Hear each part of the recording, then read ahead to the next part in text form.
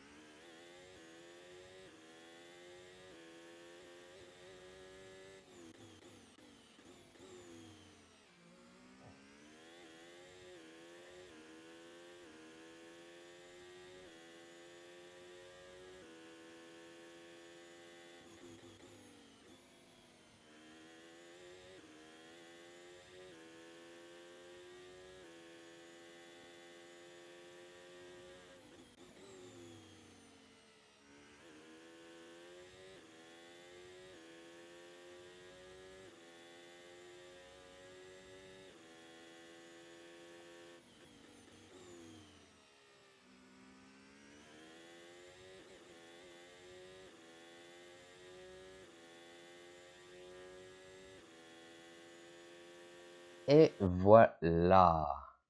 Et donc, voici le tour. Pour revenir sur l'histoire des réglages voiture, avant de te faire un tour euh, décrit, pardon, eh bien, en fait, pour avoir une meilleure vitesse de pointe, j'ai dû réduire l'appui aérodynamique sur l'avant.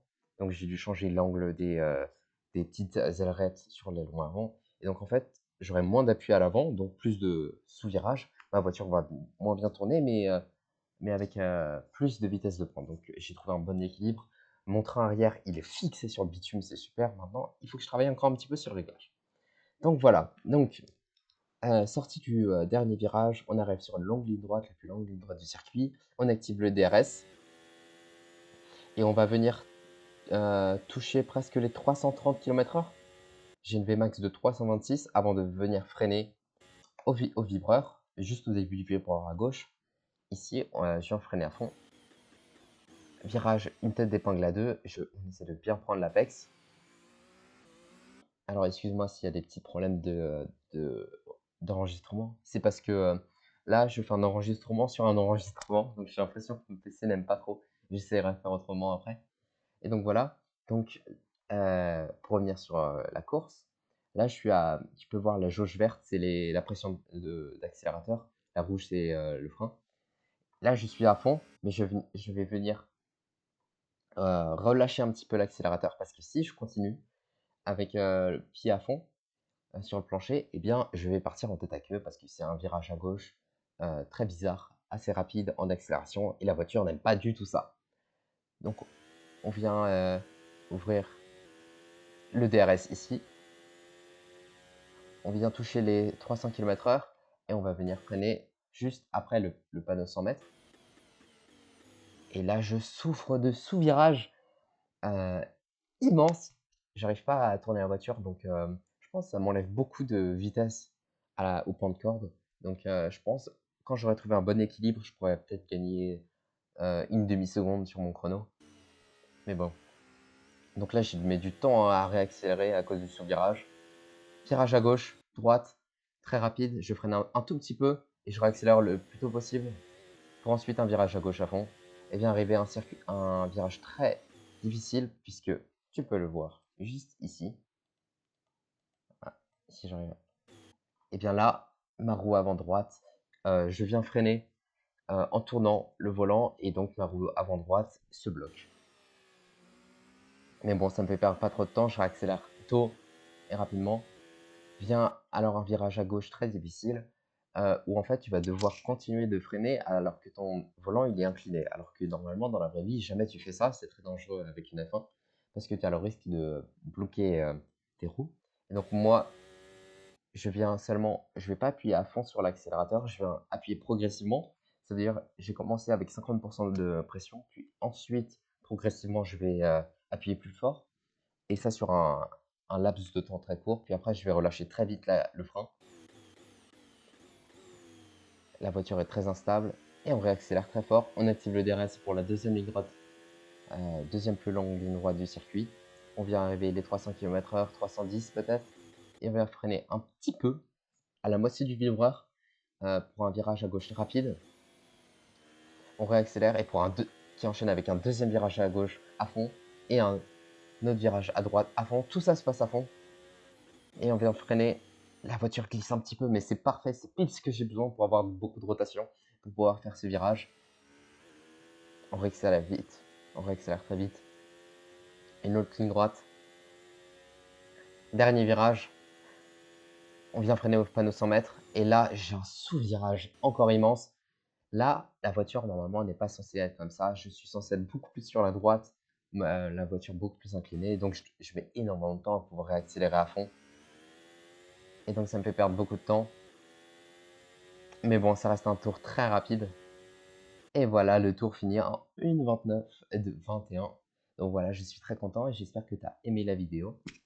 Je suis désolé s'il y a eu quelques problèmes de micro ou bien d'enregistrement. Je vais essayer de faire au mieux pour la prochaine fois. Je te fais plein de bisous et viva Alonso!